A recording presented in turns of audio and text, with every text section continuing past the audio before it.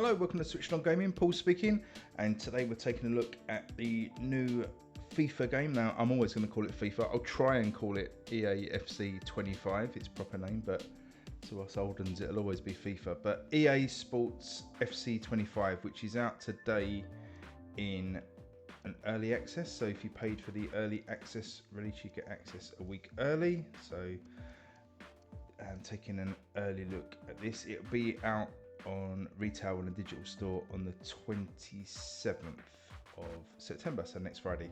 So I had the previous version, FC24. I thought it was okay actually. I know it got some bad reviews, and probably rightly so. It depends what you expect really. I think it was really impressive that they got the whole game, you know, feature rich on the Nintendo Switch.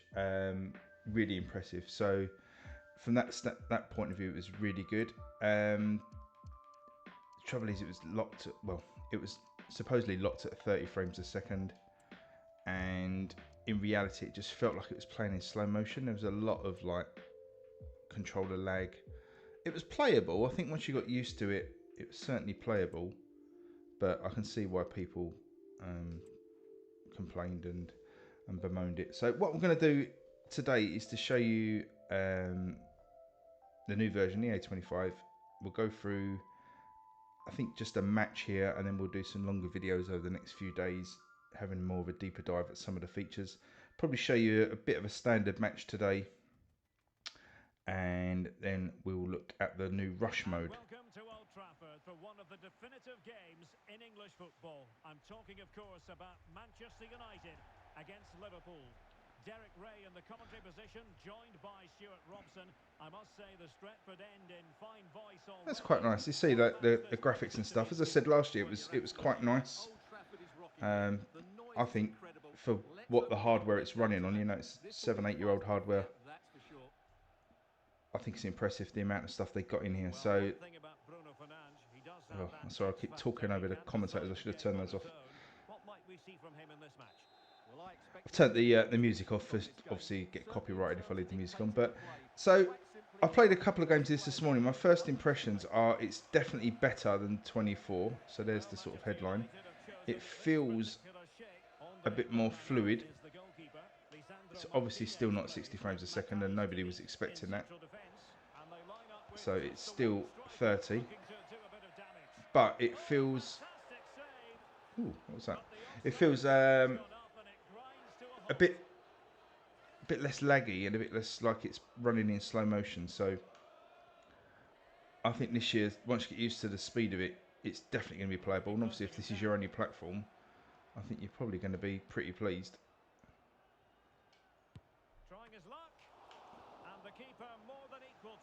And again, if you didn't bother picking up last year's version because of how bad FIFA was on the, or how bad FIFA got on the Switch, wouldn't have blamed you for ignoring FC24. As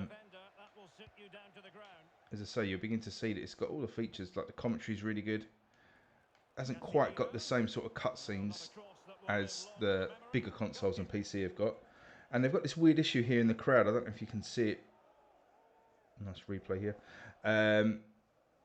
If you can see it in the crowd, it'll only show kind of half the crowd and it show a load of empty seats, but only seems to be in the close-up cutscenes. When you're sort of looking at this match view, it seems to be okay, so it doesn't really spoil the atmosphere too much. But you've got all the crowd chants. You've got, you know, really good player likenesses, I think. Again, bear in mind the hardware you're running on. Sort of the player likenesses are really good. The cutscenes are good.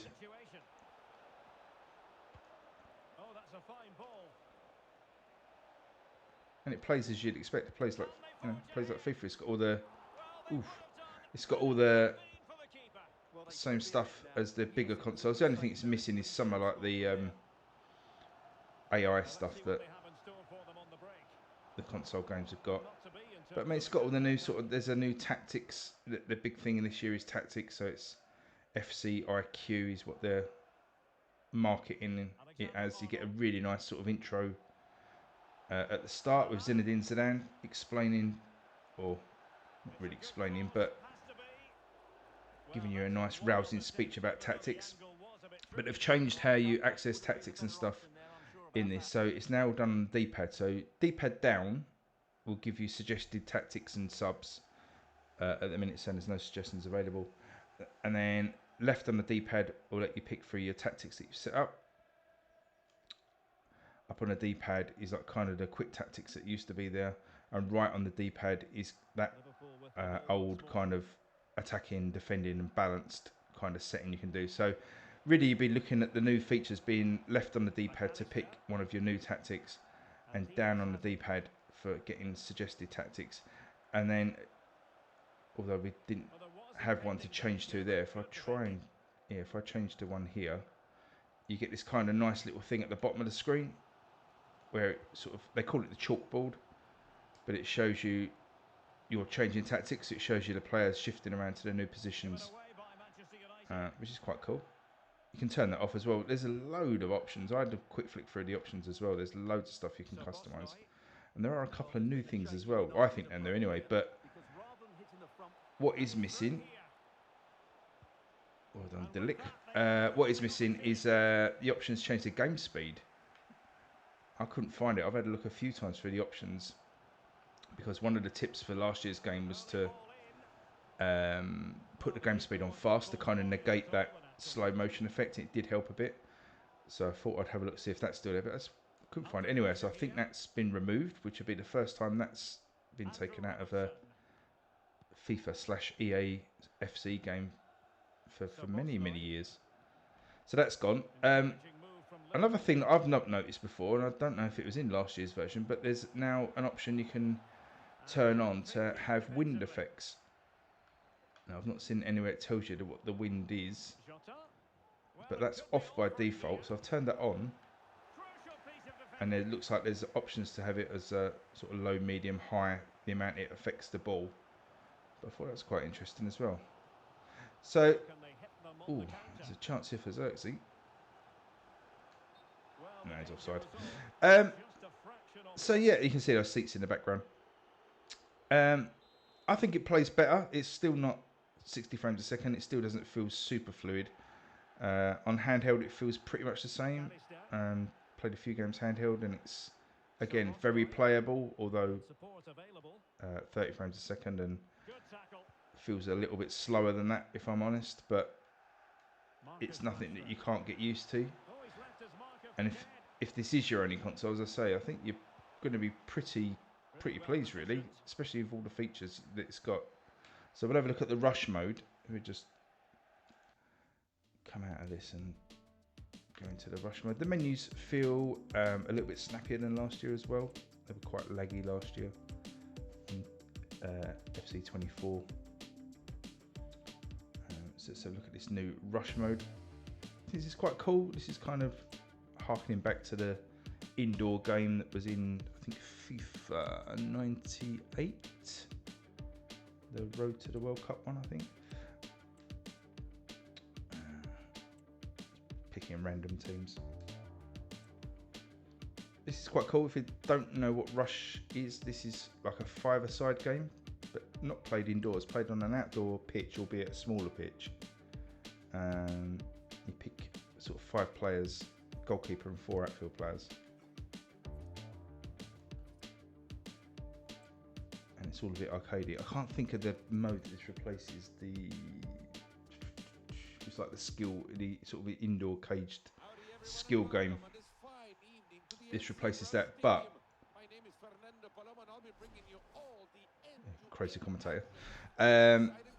This isn't just a kind of a separate mode either. This is integrated everywhere in FIFA or EA at the moment, even in career mode. So in career mode, you can play these rush games as training for your youth team. So your youth team players will play this rush mode, and depending on their performance will dictate how they improve their skills and stuff. So that's pretty cool.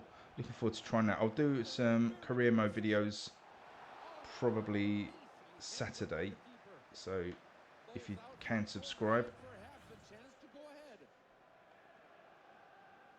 you'll be able to be notified when that goes live. I'll do few videos over the weekend. Just let me know if you want to see anything particular. I'll probably do, say, a bit of career mode, just to show you that.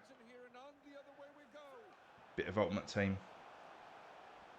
So yeah, this, as you see, this pitch isn't a normal standard football pitch. You've got that dotted line in the middle there. That's where offsides count from. So it's a little bit like ice hockey, I suppose, if you're familiar with ice hockey rules. And I think it's icing they call it. They're offside.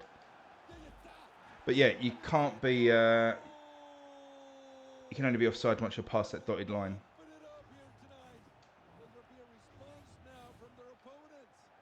So like, I don't think you could hoof it from here into the final third and run on. I think you'd be flagged as offside.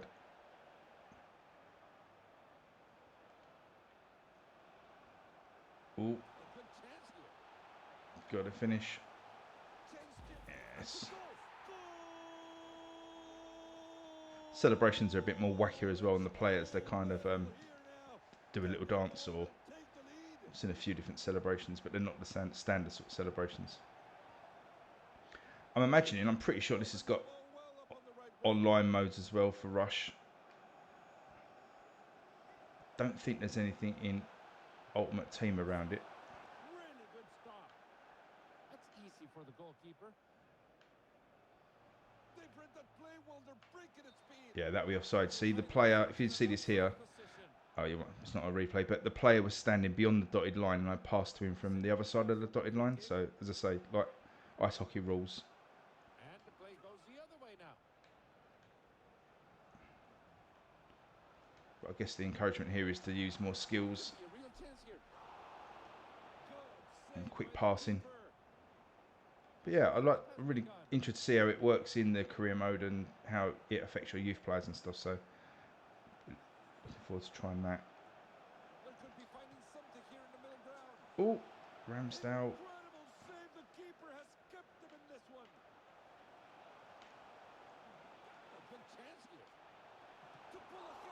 Ooh, good effort. So that's Rush. I think what we'll do is just have a quick look at the other stuff that's available in the options menu. Just what modes there are for quick play. So we've got classic match that we played, Rush that we played, house rules that lets you add in some quirks to the game. 3-on-3 mode, I don't know if that was in last year, but that's quite interesting. You can play Champions League, which I'm really looking forward to doing. Got the Women's Champions League there as well. So you can just set up and play for a Champions League. Copa Libertadores, South American Champions League. Various cup finals, that's pretty cool. Home and away games. And best of. So yeah, a lot of options there in there. That's in the sort of quick match. Ultimate Team as usual, not going to go into that because it goes through a whole rigmarole, but I'll do a separate video on that. Manage your career, play a career. Clubs is back. We play as one player, play online, just as one player with a load of other people online. Tutorials, seasons mode, tournaments. Tournaments they've got. So Champions League, Women's Champions League, Copa Libertadores, Women's World Cup by the looks of it. So not as many tournaments that you can pick from now.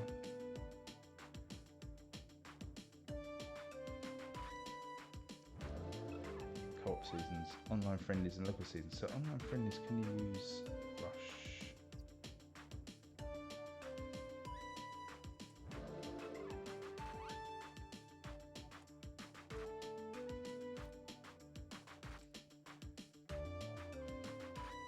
I'll get into that, we'll have a look at that.